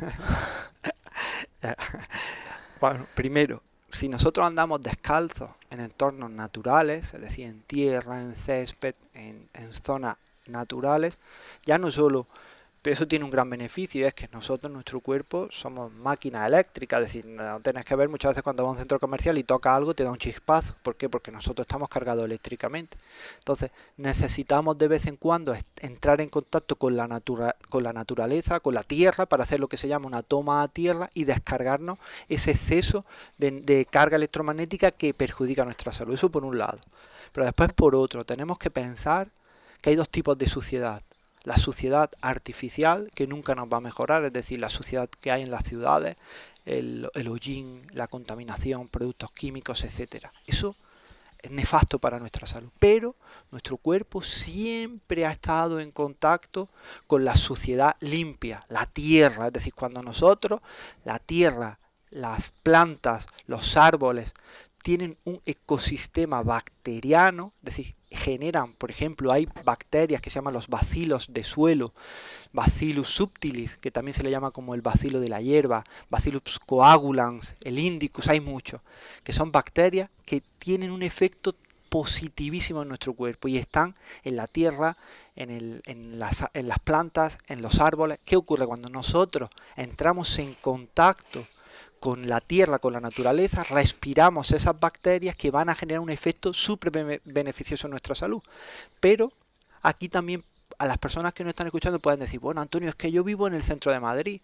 Ya, vale, irte al Retiro, algo te va a mejorar. Pero también, Pedro, por ejemplo, hay estudios que nos dicen cómo tener plantas en tu casa.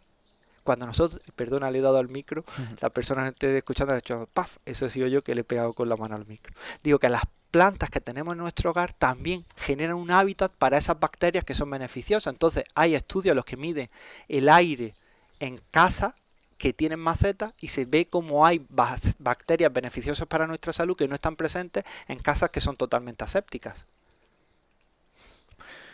Tremendo. Mira, Antonio, yo sinceramente te tendría aquí preguntándote más cosas porque, mira, tengo cosas que no hemos tocado, que ya las dejaremos para la próxima ocasión. Pero, por ejemplo, cosas que tú hablas sobre si la cerveza es comida o bebida. Me gustaría preguntarte también cosas como profundizar en lo que hemos hablado antes de cómo se cablean los cerebros dopaminérgicos versus los cerebros más de serotonina, que nos dieras recomendaciones de libros y podcasts, que nos hablaras de la importancia de tener una tribu. Bueno, muchas cosas que se me han quedado en el tintero, pero que quiero ser respetuoso con tu tiempo. Y quiero, para terminar, que dejes un mensaje, una idea, un concepto que te gustaría que se quedaran los oyentes.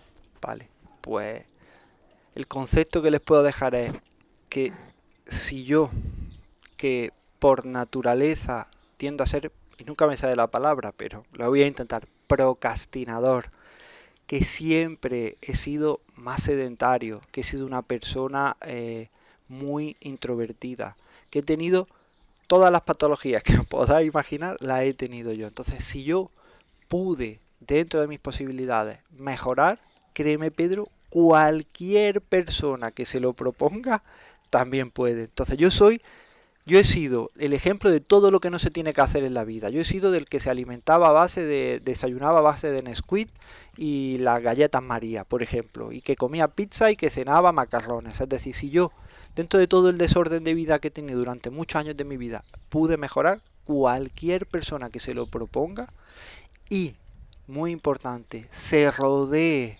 de personas que le nutran, de personas que le aporten, de personas con las que se pueda expresar tal y como es, que pueda poder decir lo que siente y lo que piensa sin miedo a ser juzgado o juzgada, ahí cualquier persona puede conseguirlo, dentro obviamente de sus posibilidades. Pues de verdad te quiero confesar que ha sido uno de los podcasts que más he disfrutado este año, de los dos que más. Pues mira, Y llevo este año gente maravillosa. pues viniendo de quien viene y viniendo y habiendo y siendo un escuchante de tu podcast y sabiendo a las personas que tienes, créeme, para mí es un halago y un orgullo tremendo, Pedro. Mira, te diré que llevamos aquí, mira, pues creo que es el podcast más largo que grabamos, así que, de verdad que, tío, una pasada. Muchísimas gracias a Sí. todos y hasta la próxima.